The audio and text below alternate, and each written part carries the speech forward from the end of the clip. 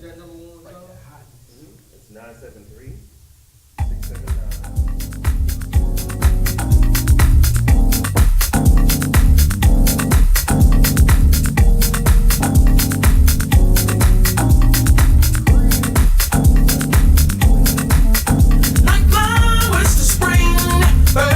They sing, I need someone to be there in the morning, like sweet morning dew, air is fresh and new. I need someone to be there in the morning, like flowers to spring, birds when they sing.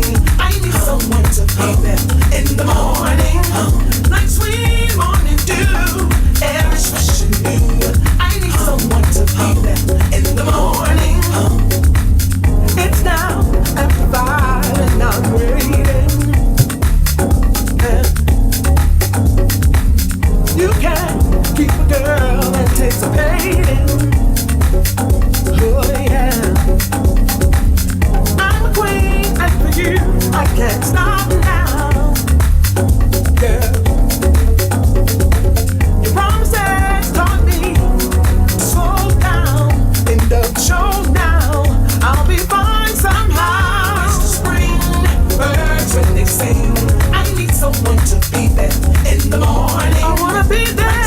Morning dew, air is fresh and new. I need someone to be there in the morning. Be my light that shines. It's the spring, birds when they sing. I need someone to be there in the morning. Can you be there for me? Morning dew, air is fresh and new. I need someone in the morning. I need someone. Can you be there for me? Oh, yeah. We're gonna make time, family. Yeah, yeah, yeah.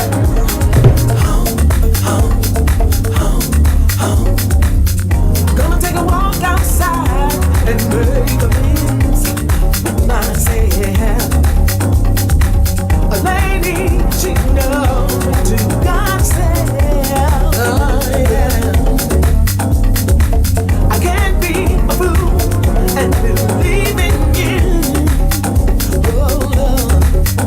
We don't have the mind to be what I need in you. You don't have a clue. You don't know what to do. Yeah. I need someone to be there. It's like flowers.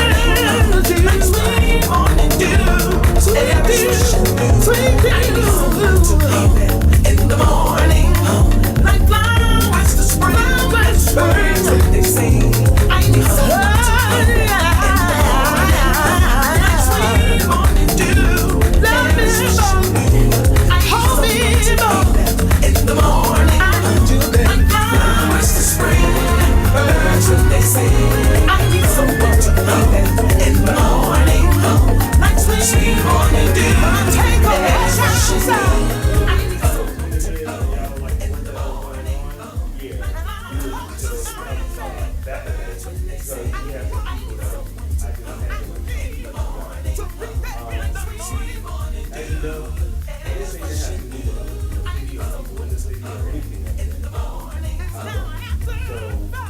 One of my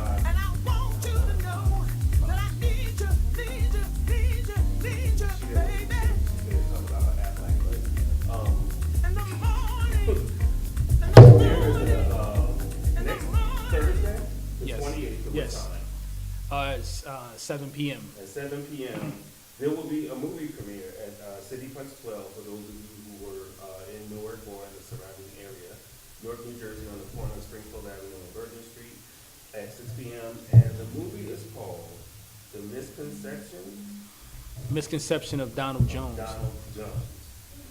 Yes, ma'am. Oh, shit. How is it that I forgot I was doing a radio show while I'm doing a radio show?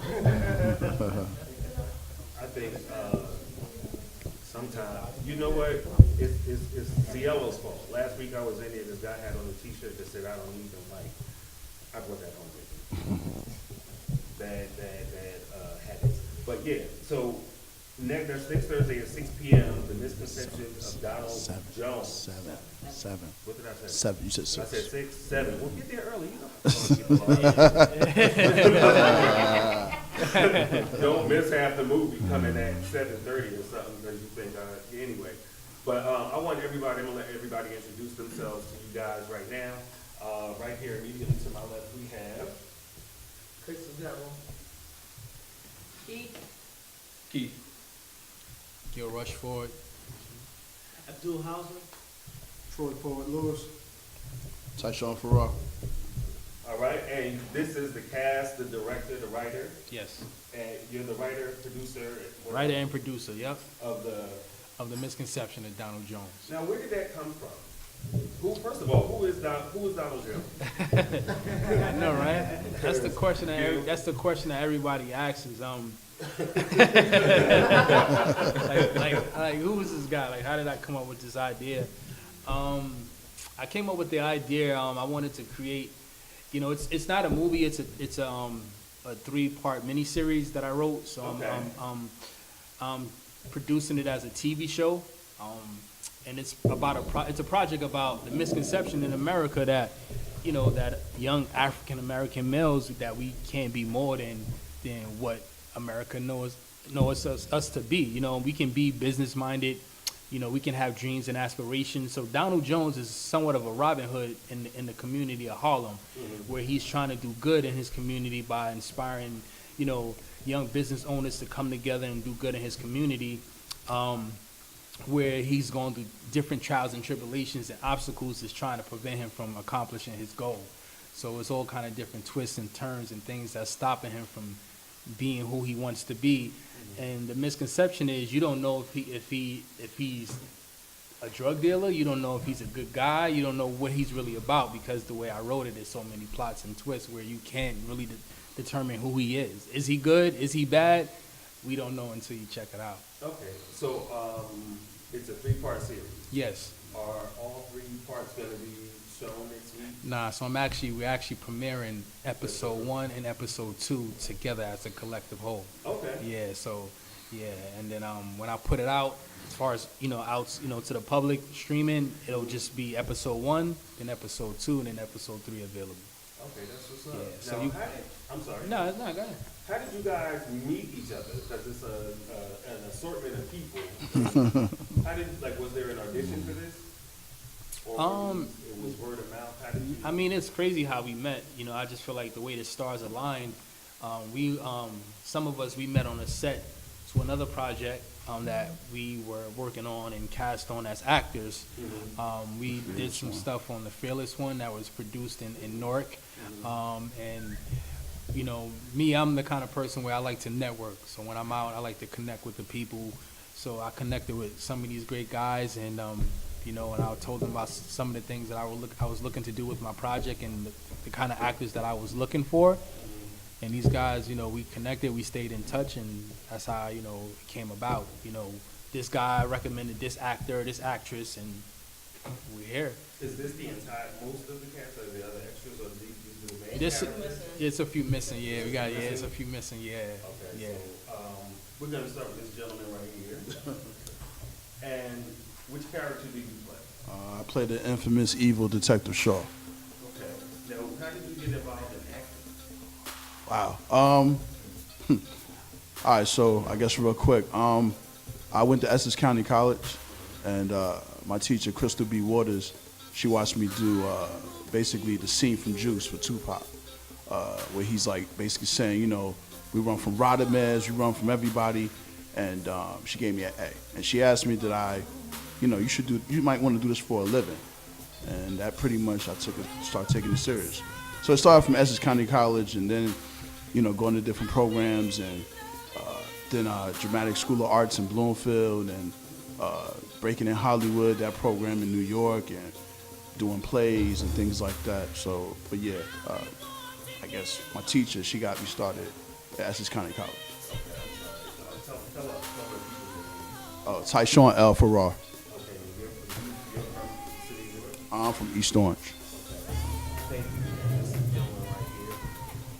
I'm Troy Poet Lewis, Newark, New Jersey. Word. Now, how did you get involved in this project? I got this project through another film. Somebody who was an acquaintance to Gil, and they just pointed me out with this film, so I came along and showed what I had. Yeah, I am. Okay, and you said your name is Poet. Troy Poet Lewis. How'd you get that moniker? Actually, I've been a poet for about the last 15, 16 years, and I was the founder also of the National Poetry Awards. Oh, wow.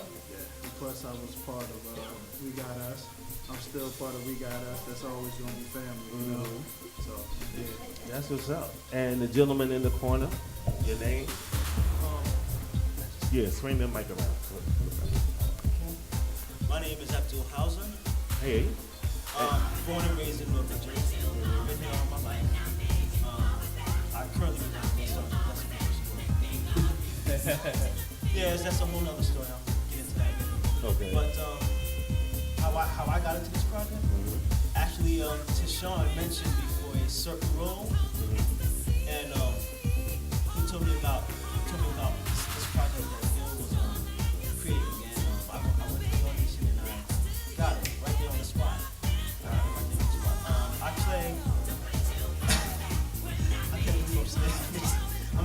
I play a dope.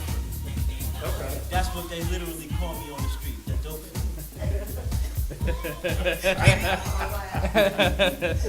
No lie. Scenes of New Jack City just flashed through my head.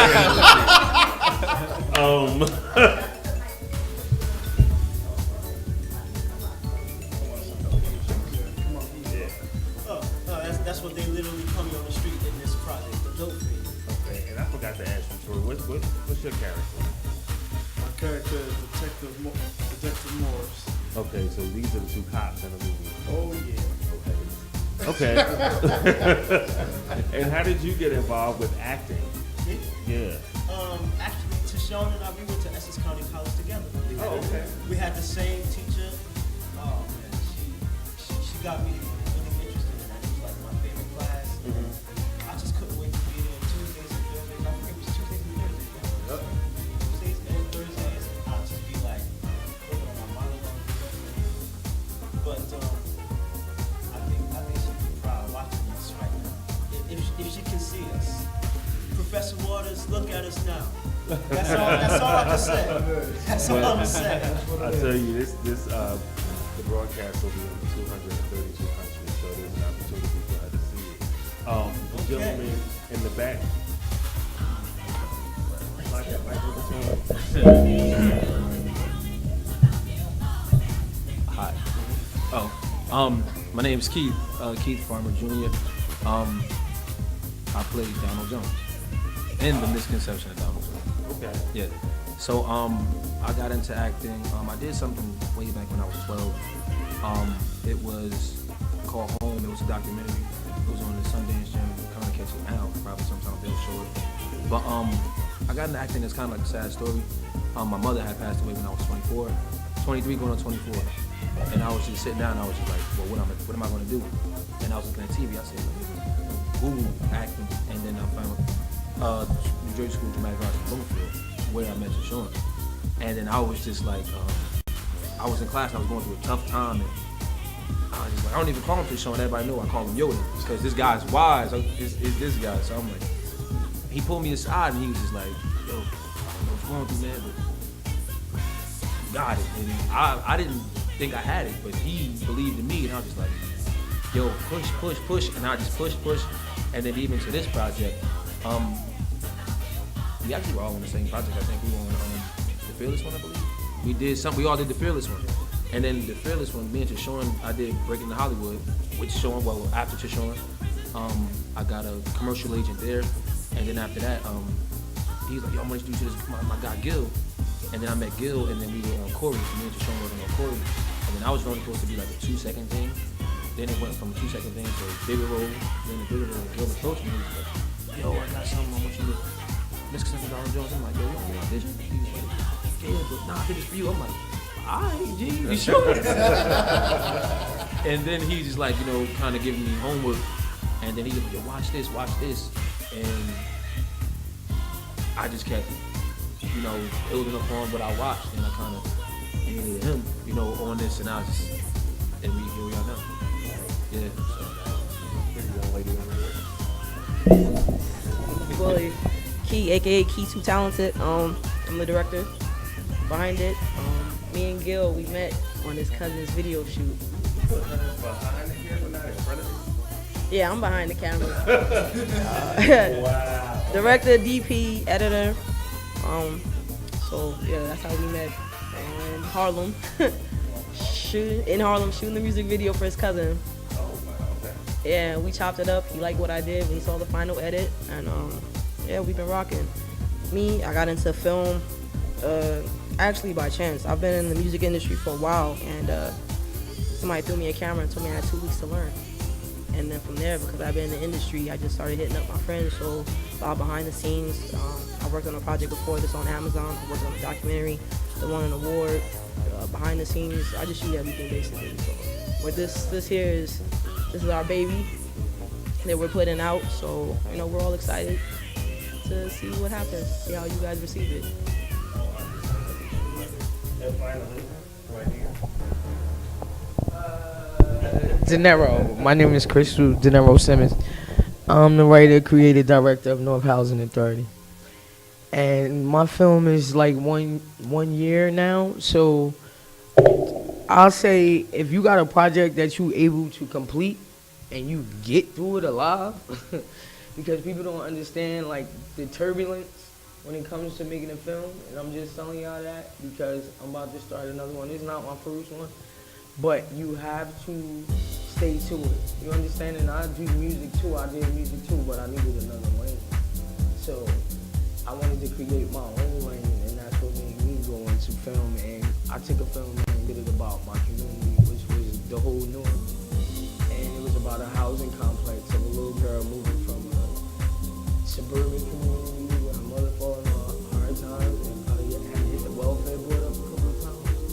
And then I hit her with some turbulence, so it's all over the place. But at the end of the day, it shows you not to give up on your dreams. No matter who tell you you're not gonna make it or what you're not gonna be able to do, as long as you believe in you, the universe is gonna serve you that plea. You understand? So my job now is I have a couple of things going on with North Housing Authority. I'm trying to get myself together to start my next project, which is going to be about the shelter and homelessness. But it's not something that I can just tap into right now because what people don't realize is it's an extended case of homelessness. And it's just getting started. So I want to tap into it and make people aware that first you go through the stages of being homeless. Like, see me, myself, I'm EMS and I lost my job, I lost everything. I went from making $3,000 to nothing. Not to save your life, but I wouldn't do it right now because I'm physically not able to. But I can tell that story, so I don't want to just tell the story and have everybody just blow it away because I experienced it. So I'm not going to make a mockery out of homelessness. There's too many women and people pushing up on me for that. So I'm going to tell that story right, yeah. They was selling food stamps and all kind of stuff. I'm going to tell. So we about to make this fun. Just like I did North Housing Authority. So I can catch my breath a little bit,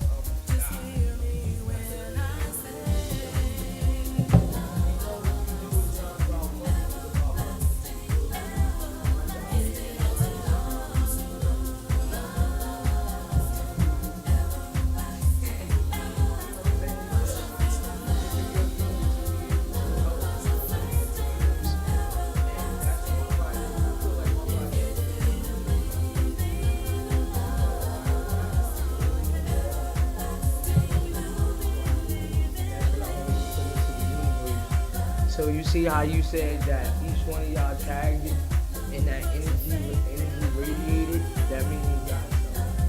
That's how you know. Absolutely. You know what I'm saying? I'm just being honest with you because I'm just sitting here listening to your words. So you know what you've been going through to make something happen. What made you want to write? We were kind of talking about it when we went on the air, but I want to know everybody to hear.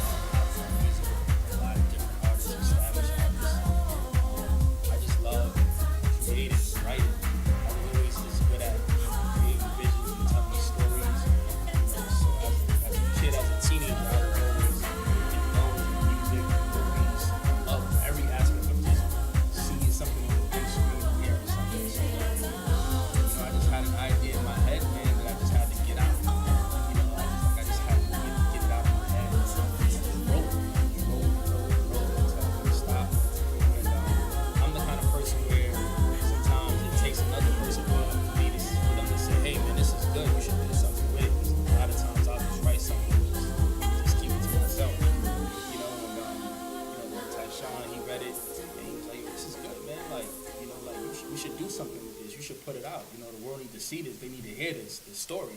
And that's what we did, you know. How long did it take to shoot? Like the sis said, I mean, it's Not about about a year, cause we didn't start shooting until like October, cause we shot that video with your cousin in September, and then like a month later, I told him like, yo, let's work. And he's like, you serious? I'm like, I'm dead serious. So we started in October, and we finished up both episodes. Last month? Y'all got like 2 episodes. Like how many minutes? It's gonna be 30 minutes. Yeah, so it'll be an hour and a half of this. Yeah, so it's a little short. The reason why I'm saying this is because I do know, and I can help, so you can enter that. Trust me, I know. I done won 11, 12 awards. Independent, you know what I mean? And that's just me helping other people and just being the director, the same thing you doing. So I'm gonna show you. Because see, that's the thing they don't want to show you. You understand? They want to keep you. I ain't got time for that. I'm gonna show you. So, North Festival, you should be even trying to, if this go well for y'all should be looking into trying to get that into the North. I'm pretty sure they did. But I'm gonna tell you, So how? if you're following, What was it's the, right. What was the process like for you to get it premiered at Cityplex? You know, I was, I've been blessed to work with some other great writers from who wrote The Fearless One. Kay Brown, that's my girl. She's a dope writer from New York. A lot of people know about her. What up, Kay? You know, she actually wrote The Fearless One. You know, I reached out to her, like, hey, you know, I'm a writer from Harlem. I'm in New Jersey. You see that dope. There's no one from that bridge. And she just felt like my approach was helpful. She was like, yo, this is a beat up. It's a good story. And we connected. Pretty much all her connection, she was like, yo, here. That's how you supposed to do this, you know, so that's what I do, you know, so I feel like God bless me because I'm always going to give if I can. So that's how it came about. So, yo, you finish the project, once it's done, I got the plug for you, set me up the plug from Cityplex, man, I like it, Eugene, I know we don't really provide this theater to independent projects, and he was like, yo, I like it, it sounds good. What was the? How did you get the funding? Wow.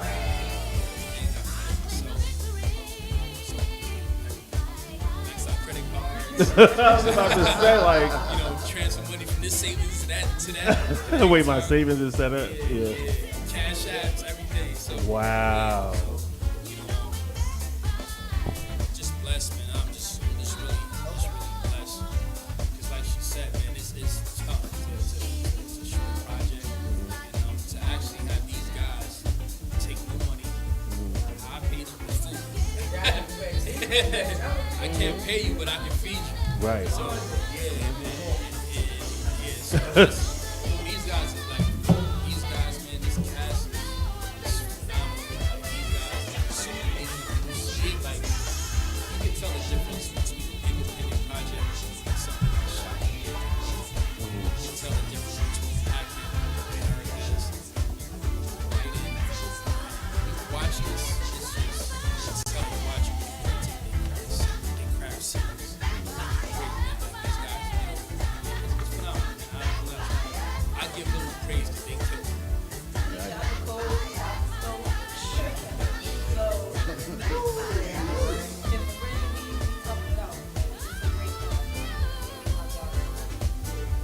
And you hear their story.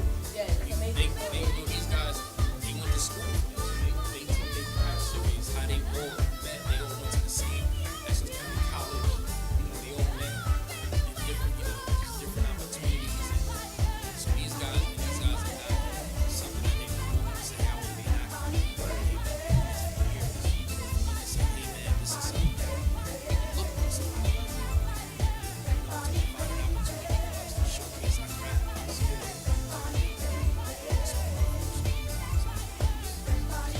And that was the next thing that I wanted to say because the first thing that I heard at the YouTube guys pursue this, beyond a recreational type of situation? What was going to school? Because there's a lot of kids or young people who might see this. What was the process like of having to go to school for this? What was that like? Going to school for it is you learning the craft, and also it's about discipline. Going in the rain, having homework assignments, crazy teachers like Bob. We had a teacher that yelled at us when you did your monologues. One kid actually cried and left the class, man. Yeah, but yeah, man. Just you get tired of sitting on the other side of the mirror, and you see Denzel and Samuel Jackson, and you see Michael B. Jordan, and you see so many actors. It's like, okay, well, are you going to step through that mirror? You got to grind. So you got to learn these monologues. You got to do this, and you got to do that. And you got to do scene work, and the one thing you got to understand is that it's discipline. That's one thing Will Smith said, that for you to do what you really want to do, it takes discipline. So going to dramatic school of arts and going to auditions and doing extra work and not getting paid and hustling on trains back and forth to New York and missing trains, ending up in Queens. You don't know where you at. Oh, I'm sorry. So missing trains. But it's about really working on your craft and also meeting other people that feel and think like you. I think when you put the right talent in the room, it's just something special. And how many years have you been acting? Wow, I would say about maybe seriously about 8. Okay. Great start. And I know this brother right now. For those of you who don't know, I actually know this guy, because who doesn't know Troy? But no, we worked on a poetry project together actually, and that was the first time that I saw, a glimpse of his talent. I didn't even get to see all of the acting part, but I did see the creative part. So, is this something like talk about? I want you to explain your process from doing poetry to establishing the awards and the competitions all the way up to acting. I did poetry, and it was something that I used to hide as a kid because I didn't want to be picked on. And gradually, getting out of high school and moving down to North Carolina, I really saw something different. I was able to think, I was able to breathe. So I wanted something a little bit deeper for myself.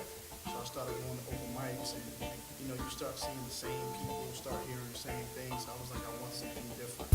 And then I started researching talent around the world, seeing the slams and the regionals and things like that. And I said, I just want something different. I want to be on the top, but not the top of me, but I want to bring everybody up to the top. Because we're always talking about when we reach down, we got to bring people up. And I see a whole lot of crabs in the barrel, as far as like poetry. It's always bringing them up. So I was like, how can I hold this together? So that's when I came up with the idea of the National Poetry Awards. That was to bring the older generation, newer generation, spoken word artists, poets, whatever you want to call yourself. That's why I did it. I did it for 7 years. I closed the doors because my acting started picking up. So I couldn't do both. I could, but I didn't want to restrain myself. So, I let the community take over. They took it over, they took it with a force, and they're still going. I tell everybody, please support these other award shows. People are like, when you coming back? When you coming back? I might not. I still have the love for poetry. It's always going to be in my heart. That's why I never changed for a poet, because I'm always a poet first. But now I have another goal in life, and that's acting. And I've been doing that now heavy for about 4 years. So, I've been in different things like art production,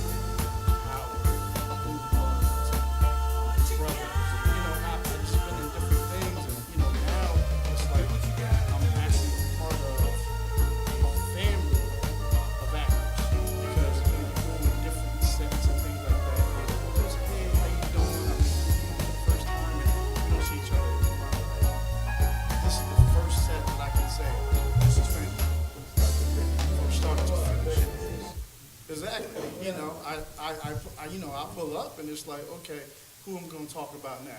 You know, who got the coffee? Who got the donuts? You know, like this is family right here. You know, and if you don't have a project and you don't see each other as family, you're not gonna connect. Right. Because somebody's gonna drop out, somebody's gonna leave, somebody's gonna get mad. You know, just like if me and the director got into it, guess what? We're still gonna love them, we're still gonna work this project because at the end of the day, we gotta get something done.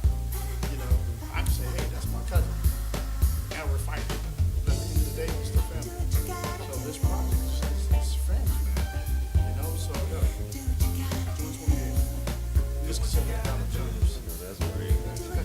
Gentlemen, back there in the corner, what was it about this script that made you think there was a place for you in this film?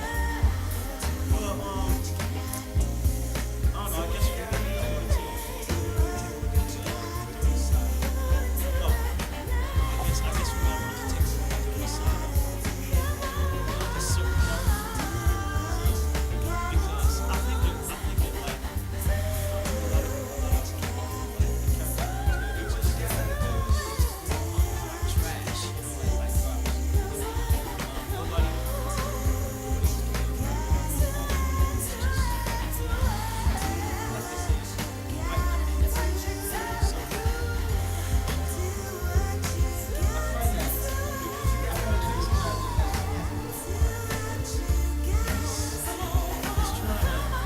Not just get his fix, but you gotta to fix himself. I look at it as the same as addicts of many drugs. It could be sex, it could be even social media. I look at it as a call for help. I look at it as a call for help, you know? It's not just gratification, it's a call for help because addicts are people too. Addicts are people too. They're not looking to gratify themselves, they're actually crying out for help. Were there experiences or situations in your community that you were able to draw from in order to bring that character to life? I've seen lots of junkies walking around just looking all angry, you know, because of what life has handed them, you know. And sometimes it's not their fault, sometimes it is. You don't really know because you don't really know their story. But I've seen a lot of junkies, I've seen a lot of homeless people. I even played a homeless person in a play called Redemption. This guy is about the character in Redemption. Let me describe him. He's a guy who wants to kill himself. There's a scene where he's talking to another guy about killing himself because he feels that the entire world is like full of a bunch of bitches just walking around trying to figure out what life is about. My thing is, Redemption, he's already figured it out, and I guess he doesn't really like it, so he wants to do something that will make the whole world miss him. So he wants to kill himself, and that's for guys like the dope fiend. Excuse me. Yeah, that's for guys like the dope fiend in this project here. He's not looking to kill himself. He's looking for help. He knows he's out there messing up, but he wants to fix things. Anthony? What's up? Hey Jay, what up? I guess y'all know Anthony. What's up? All right, brother, you are live on Retired People's Behavior. What's going on, man? That's my cousin. That's my cousin.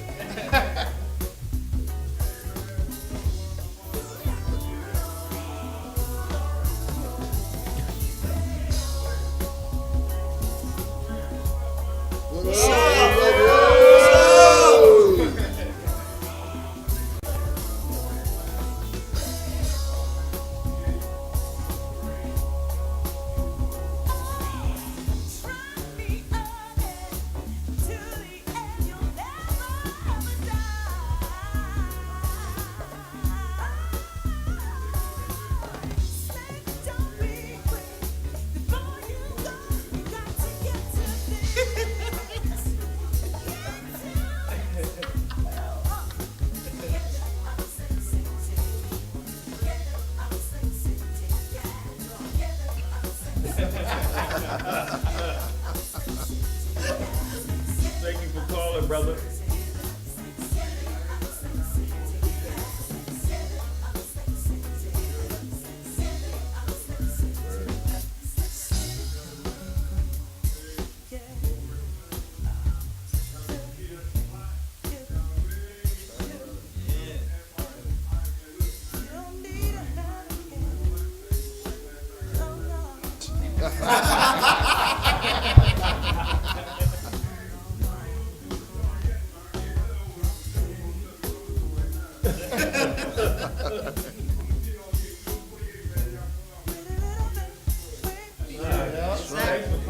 Thanks for calling. For those of you who are watching, once again, the number 973-679-6867 is the number to call in. There was one last part of what you were saying a moment ago that I just wanted to ask, and has playing that character changed the way that you see addicts in the community? Yeah, I think it has. I believe at one point, a former addict approached us about this project. Oh yeah, pull it back out to you. A former addict had approached us about this project. I was shooting a scene with Keith over here. It was a basketball scene, and I believe it was one day that a guy had walked past, and he was kind of curious about what we were doing. I believe he was talking to you, Gil, or he was either talking to you or to Sean about his life, about how he used to get high and everything. Now he's doing a little well for himself. Nice. So, but he does have, like, he does get his redemption at the end. So, I don't No spoilers. No spoilers. Nah, we can't. But I didn't say how he gets his redemption. you Right. know, But, because at the end of the day, dope fiends matter, right? Yes, dope fiends do matter. Dope fiends I do guess we got matter. to see the movie to find out what that's about. Okay. All right. It's a calling. It's a calling. It's not just a saying. Dope fiends matter is a calling because like I've said earlier, addicts are people too. Absolutely. The young gentleman right there who played Donald Jones. Okay. What had from being cast to this moment now, post production? How has your perspective changed? What is it that play and doing that play has changed about you? Actually, it's humbling. Like, I don't think there's a day that goes by that I don't call at least Bill, Kay, or Yoda and bug the hell out of them. I bug the hell out of them every day. She get it at 6, he gets it at 7, he gonna get it at 9, 12, and he I know you sleep, but come on, wake up. Yeah, like, hey, I know you got a message, come on, which one you gonna pick up on? It definitely humbled me. And it's like, doing this project is the hunger. Like, I was always hungry. Every play, every take, I tell you and I tell, say and I tell, it's going to stop me. I do it over for me. And Sean like, yo, let me tell you, if Casey is good, I'm sorry. He's like, yo, let me tell you something. If Casey is good, it's good. Another thing that's changed about me is having that self-confidence, because to touch on what they said, the craft and barrel mentality, coming from the community I come from, I'm from North, but I worked all around and my parents were based home. So we live in this like craft and barrel mentality where nothing you do is never good enough. And I remember one person told me, this is back when I had like a small role in the Fearless one. Somebody told me, I'm like, yo, come out to the Fearless one, come see it, I'm in it. And it was coming out the same time that, what's the last Fast that came out? Oh, that was Fast and Furious 8. Yeah, and I'll never forget this. They told me, yo, Fast and Furious 8 is coming out. I said, okay, yeah, but mine, I'm out. And they told me, what have you done that Vin Diesel ain't do already? And I looked and I said, you know what, bro? You ain't gotta come out no more. So that's the hunger right there. that I was talking about, the fuel and the humbleness and just the drive to keep going. Wow. Yeah, yeah. This was close like family. When they said that to me, it was just like, What have you done that Vin Diesel hasn't done? Is that? yeah. Should have told him the fearless one.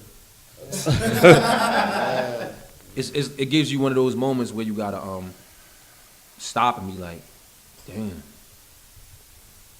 Like just because we're not at that level yet, you still can come out and support. It all starts like this is the bedrock. This is the foundation. Right. Like we're doing something different, and like for that'll forever change you. There's certain moments in your life where somebody says or does, and it forever change you.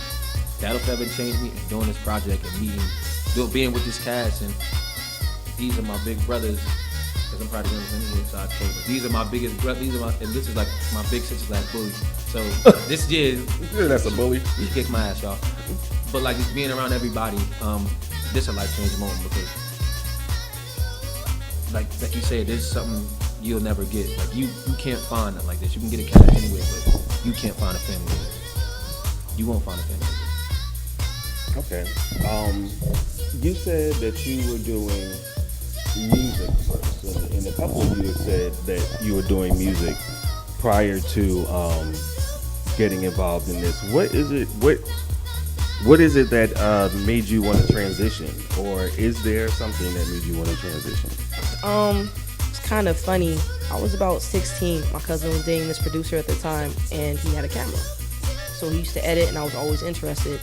Fast forward 21, my mom bought me a camcorder. And I was always in the studio recording and taking pictures. And then just God, I wasn't really working, and one of my boys that I met because of music, I know a lot of people, so I was always plugging people together. So he was like, yo, I'm gonna get a camera and you're gonna shoot. So he was like, 2 weeks, like I said. And I took that camera, and everything that I know now, I taught myself.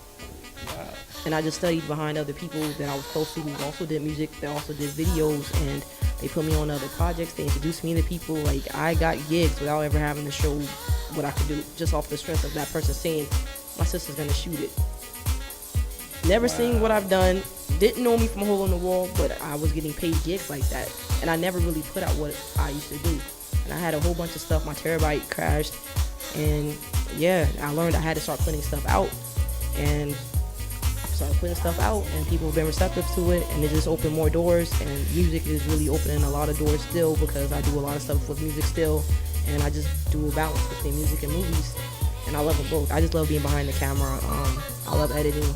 I love seeing what I film come to life and creating it, and seeing how people, react when they see that I'm capturing some of their moments that they'll never get to relive, but they can always look back and see those memories. So, it's a beautiful feeling. Musically, what did you do? I just connected people. I was just there. I just happened to be around artists. I'm like picturing you or like Tanya behind the board with your headphones. They tried to make me a producer.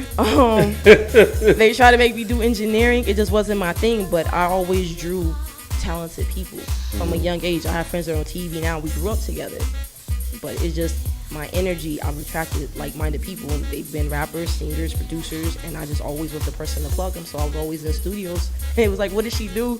It's like she just plugs people. Nice. But we need people to do that, because sometimes people have the talent, but they don't know how to market the talent. So I was that middleman. And exactly. And that's what led me to this guy right here. It was, that whole day was just, it was a crazy day. My little brother was late, and his cousin's like, yeah, my cousin's coming. He double parked his car, and we're in there, and we just started talking really quick, and he loved what I did with the video, and it was just, it's a wrap from there. I want to shout out my little cousin, Onstar. He just did the Netflix movie, Roxanne. He played MC Shan. He's doing his thing. He's on Wild 'N Out. Yeah, man. So, it's just crazy how, God makes the universe works in mysterious ways, so that's how we connected, yeah. Oh, come on. Yeah, shout out out to OnStar. He has a new record out. So, what is it? Heads in the Air and the John O clap. Check him out. Yeah, definitely. Oh shit. That was my fault. That was really my fault. I'm sorry about that, you guys. That's gotta be. I'll get to that when I finish. There was something that you said in the back. You said you were talking about the crab in a barrel theory, and Yes. that's kind of been on my mind lately. Like when you do shows like this, and you know something on TV is on, so people want to watch what's on TV, but you got my number in your phone. You can call me. The people that you watching on TV don't know you. They don't know you exist. Yeah. You understand what I'm saying? But we're quick to support people that we don't even know, but not the ones that we can reach out and touch, the ones who have affected our lives. I don't understand that. And there's a young lady here, and I know she knows what I'm talking about. Kiki, I know you know what I'm talking Shout about. out like, for Kiki. I real. see Kiki. I see James. That's book club cast. My book club family. Yeah, Shout out Kia y'all. Stewart. Club. Shout out Big Sis K. You know, K I Brown. love you to death. And I think if there's one message that I want to, that I do want to give, not just this episode, but you know, my whole telecommunications career, is support the people that you know. Don't. The movies are gonna be there, the plays and all the songs and all the rest of that stuff. All that stuff is gonna be there. These are people who have an opportunity to show the world what they can do and how well they can do it. And that's going to happen June 28th at Cityplex 12, the corner of Bergen and Springfield Avenue in Newark, New Jersey. Yes. Which is huge. Newark hosts their, somebody help me, the Independent Film Festival. No International Film Festival. Thank you. And this can be a candidate, and you see these people right here. Absolutely, Camry. Absolutely. That's my mom's, by the way. Yeah, she said Mom they're Dukes. talking my brother, son. God blessing him for sure. Absolutely. Hey, Mama Absolutely. Gil. Hey, Mama Gil. Good. Mom, we thank you for providing this, for raising this young man here to bring projects like this, and not just. And what I like about this is not just the project that you have to be proud of. You have a family now to be proud of. You have a legacy now to be proud of. You now have the fact that there are kids who can come and see your movie that's in your neighborhood, and they can go, you know what, he did it, I can do it. You don't understand that, man. That's powerful, man. What you're saying is so powerful because you never realize what you're doing, how it affects somebody else, and how much it inspires them. And the one thing I want to say too is like, I know so many people, man, celebrities, artists, actors, and it's just like, man, like, don't forget the people, man. Like, don't forget the people that Supported you along your journey. I know actors where they first movie, they ain't have a ride to their premiere. I had to take them there, and I can't even get yo, just watch it. Give me some feedback on what you see, on what I can fix. Right. Because you've been there. It's an hour out of your day. It's not even, exactly, so, but I will never, I could say that. I learned to never say never in life, but I will never be that. I will always, I don't care how much money I get, I will always come here, do an interview, support, put money back in my community, money back in radio stations, money back in people who supported me, because money ain't everything. Right. And if you haven't given back to the community that birthed you, kill yourself. Because what you're doing in essence is you're stealing. If you don't give back to the community that provided all the things that it took to make you who you are, you're stealing. You're stealing. Always, we need to give back. And the other thing that I just need to say, and y'all, for those of you who are watching, who have been, watchers of all of the foolishness that I involve myself in, if you're somebody in the community and you are doing a project, make sure it's a quality project too. Don't expect people to come to your things or patronize your store and you're not giving them quality. I like to see people in our community giving quality back to the community. You know, is we just not gonna support you because you black the whole time. We're gonna support you when you give us something that we need, a good service that we can use in the community at a fair price that is competitive with everybody else, and we like you. We like the service that you give. So please be mindful of that. I was actually going to do that. I might car chronicle that a little bit later, maybe tomorrow or something. I might actually go in with that. Kathy Allen says, "Good job, Gil. Your South Carolina Kathy, family loves and is proud of you." I love my South Carolina people, man. Like where I come from, I went to the same school as Charlamagne for 105.1. I actually started doing music on the same station that he started on, Z93. Wow. You know, at high school, I was doing promos for them and all that, bringing in DJ Willie Will. You know, he was the first one that gave me an opportunity, like on a major platform, major radio station. But I love South Carolina. Similar to Troy, man. Like moving there, you know, it definitely changed my perspective on life. You know what I mean? Coming from Harlem, street kid, going to South Carolina to a school where you had to wear, your pants had to be on your waist, you had to wear a belt, your shirt had to be tucked in. You know, so my SC family, man, I love them, man, because they show me mad support, man. Like my next goal is to premiere it there, or to do a film that I can showcase and premiere it in South Carolina. Wow. That's my next journey. Taking this project on the road or taking another project on the road. Like, I ain't stopping. You know what I mean? So, I'm sorry, go ahead. No, yeah, definitely. So, shout out to my SC fan. Berkeley, Cordsville, Monk's Corner. I love y'all. Thank you. Oh, we're going to get out of here in just a minute. But the young lady that's sitting right here to my left, because you are a veteran in this industry, I want you to kind of give a closing remark, if you would, for all the people who are watching this, the kids, maybe prospective filmmakers, or kids who just want to do something in the entertainment industry or the edutainment industry and don't know where to begin. What would you say to those individuals?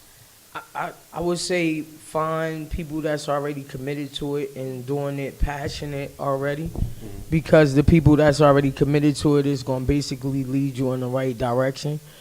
If it's somebody that come after you directly about the money, get away from them, because that's all they want, and they don't really care about your passion and your heart and your craft like you care about it. I came from some legends in the industry, and I was around this all my life, and I didn't want to go out there and be addicted to drugs and not having nobody to really fully support me, because I've been around drugs all my life. I've been getting money all my life, but now I want to live. So now my job is to help other people get to their dreams. I'm already doing my dreams, so I try to give back in my community. So when I say get around the people that love it, you really need to get around the people that love it, because until you love it, you're not gonna make no money. That's right. So right here in the corner, something you want a message that you would give to all the. Oh, how about this? 9-year-old you is watching this right now. What would you say to 9-year-old you right here? Just keep God first and follow your dreams. That's advice I can. And that's just it, you know. Oh, I'm sorry, but yeah, just God and follow your dreams, and don't let anybody, you know, deter you from your dreams. If you believe in something, that's all you need. Is your belief in it, nobody else. Because with God on your side, you can never go wrong. So I just encourage the youth, man, be spiritual. Y'all need God more than ever. We all need God more than ever. And anybody that tells you that they make it in this world without God, they lying to you. So believe in something and just let that fuel your energy to do whatever you want to do in this life. God bless. Thank you. Okay. 9-year-old me? Better take that trash out. Cause if mommy come home, you gonna get it. Ooh, y'all better run. think patience, and I really believe that this is where I'm supposed to be. I'm really where I'm supposed to be. I don't take anybody in this room that for granted, because everybody in this room, everybody a part of this cast, I've learned something. You know, I can ask anyone in this question in the room. I ain't gonna nudge nobody, but they're gonna give it to me super straight, super straight. And my closing remark is, you got what it takes. It's just gonna take everything you got. So, mix up with Donald Jones. Wow, me, it would be, take no shortcuts. And I think also to appreciate the moment. You know, I think we live in a time now where social media has really changed the way that we think. You know, we don't appreciate what we have. You always see what the next person has on social media, and we want that. So we don't appreciate what we have. You know, I feel that I'm wealthy already without no money, you know, because look what I have. Look what I have. Like, I was able to create a TV show with no money, Right. no budget. You know what I mean? Like you said earlier, I believe in the product. You know what I'm saying? Like, I'm giving you A1 product. I'm not giving you no BS bootleg. When you see it, you're gonna say, oh wow, they really put their time into this project. From the editing to the acting to everything. So it's take no shortcuts. Appreciate the moment, appreciate what you have, and life is wealth. That's what's up. I guess my closing remark would be for the kids out there. Stay away from drugs. It's funny, but it ain't funny. Stay away from drugs. Right. Stay away from alcohol. And for all them bullies out there, you're actually cowards. For all them bullies out there, you're actually cowards. Why? Because you're insecure. And this is for all the kids. If you have a dream, stick with it. Whether you want to be a doctor or a lawyer or an actor or whatever. Because we all have options. I feel that we all have options, especially in this time of age. Because there was a time where when our parents and our grandparents and our great grandparents were coming up, we had no options. The only thing that we relied on was our education. And I still feel that education is the way to get there. It's the best way out of my opinion. So whatever you learn, make sure it sticks in your brain. Because when you apply it out there, ain't no telling how far you can go. So that's my message to all you kids out there. Nice. Thank you. Brother Troy. Well, talking to the kids out there, the 9-year-olds, well, support. Support goes a long way. If you don't have support, you don't have anything. Let me tell you something. I see a lot of these filmmakers, artists out here, they try to get people to support, and then they don't. You have to go out of town, out of state, to get the support. Instead of right here in your own hometown, your own family, your friends don't support you. They'll be there like, oh yeah, we support you, and they really don't. Support goes a long, long way. So support goes a long way. You know what I mean? So if you out there doing anything, you have dreams, goals, make sure that people actually really support you. Surround your people.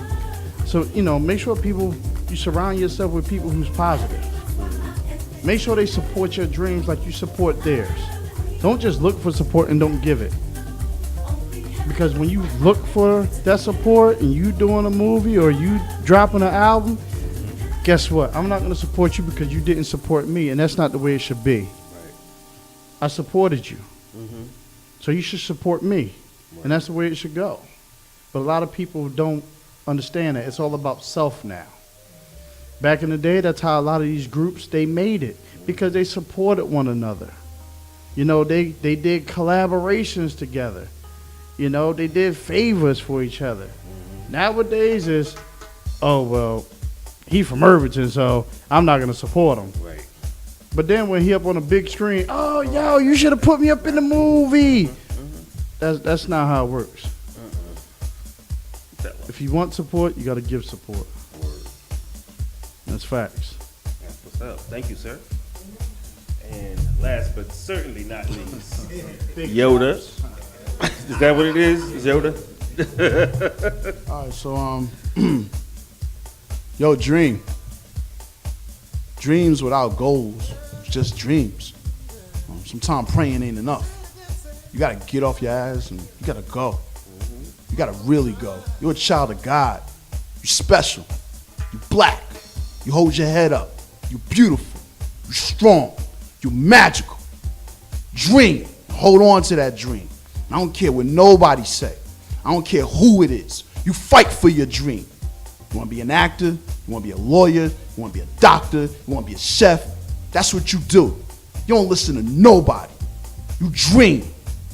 You go. Sometimes to get to heaven, you got to go through hell. Stay dreaming. Just dream. Ain't nothing wrong being a dreamer. I'm glad I ain't listened to nobody that told me I couldn't do it. Look at me now. Word.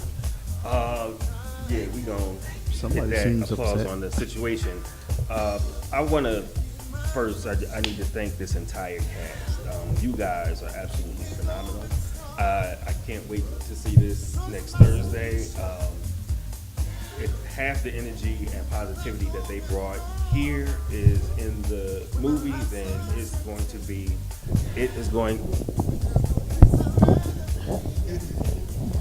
Then it is going to be a wonderful, wonderful situation on Thursday. And I just wanted to, a couple of things that you guys said, I just wanted to touch on when Troy was talking about support. I know some of you are wondering, like, well, where are the promotions for D's show? I stopped doing the promotions for the most part. I refuse to keep doing them all the time to the same people who don't show up. So, and I'm not mad about it. If this isn't you, then it's not you. I'm really not mad about it. But my thinking is to cultivate a new audience. It's to cultivate whoever the people who want to show up are gonna show the fuck up. Period. You can't keep them from showing up. You know what I'm saying? So, it's evident. But I see who shares the videos. I see who posts. Who, even if you only come in for a minute, you might be in the middle of doing laundry or picking up the kids. You stop in for a minute, and I am ever so grateful. I really, really am. And I hope that everything that I bring you is worth your time. If there's anything that you want me to bring to you, let me know. I have no problem with that. In fact, I welcome show ideas. Please let me know. What was the other thing? We were talking about support. No. I think that was it. I want to thank the cast of The Misconception of Donald Jones. Come Thursday, Cityplex, the corner of Bergen Street and Springfield Avenue, Newark, New Jersey. It starts at 7 p.m. And the cast will be there. You guys are doing like a Q&A afterward? Or? Yeah, we're gonna do a Q&A. We're gonna also show, it's gonna be a great event. It's gonna be a great event. So it's from 7 to 9 p.m. And it's an experience. That's what we want to provide. We want to provide an experience, not just a screening, but we want to connect with the audience, our fans, our family members, our coworkers, our friends, and just have fun and enjoy the moment. That's what's up. So you can't say that you don't know who these people are because you just met them right here tonight. So we will see you in the theater on the 28th at 7 p.m. I want to thank every one of y'all. Please, again, the mantra is, like, comment, share. That's how we do right here on Retired People's Behavior. Like the video, comment in the video, and then share the video. That's how we get what we need from you guys. I thank you for watching. Tonight, again, I am going to be at Cielo. I think it's number 18, Little West 12th Street in New York. Tonight is the going away party for Louis Vega. I'm going to hold down my brother, Mr. Kevin Hedge. So we'll see you there. We have other parties coming up. Y'all know second Saturday is always humble. The first Friday is always Bad Baby powder. No, the first Friday. Wait a minute. The first Friday is Flow. The second Friday is Baby. Don't quote me. Don't quote me. Look for the flyers that they made. Don't trust my brain at all. I just know Humble second Saturday. That's what I'm sure about. So you guys, I will see you back here. Remember, this is only a Wednesday event for this week, so that we could accommodate the cast. So we look forward to seeing you next Tuesday at 6 p.m. right here for Retired People's Behavior. My name is DVS Ahmad, and you can also watch us on www.ustream.tv and www.gsradionewark.com. We thank you for watching. We love you for listening, and we will see you next week. Be ever wonderful.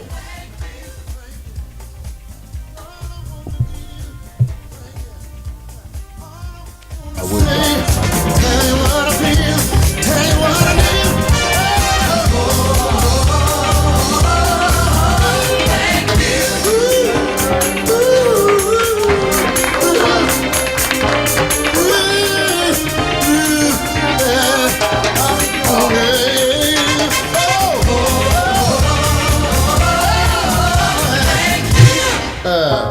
That's all I wanna do.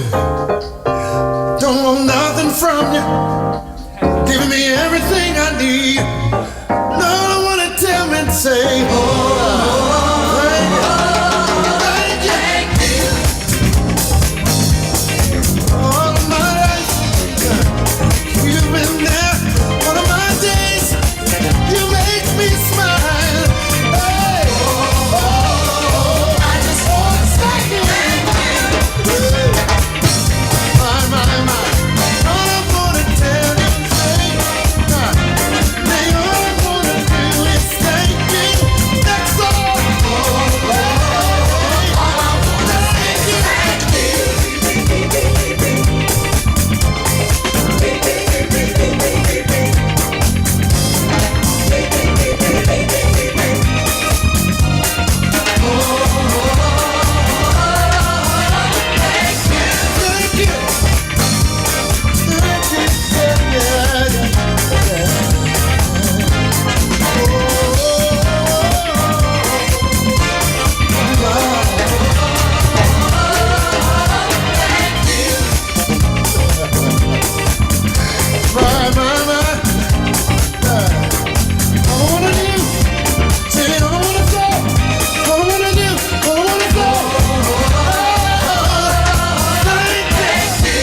Thank you for the love you share.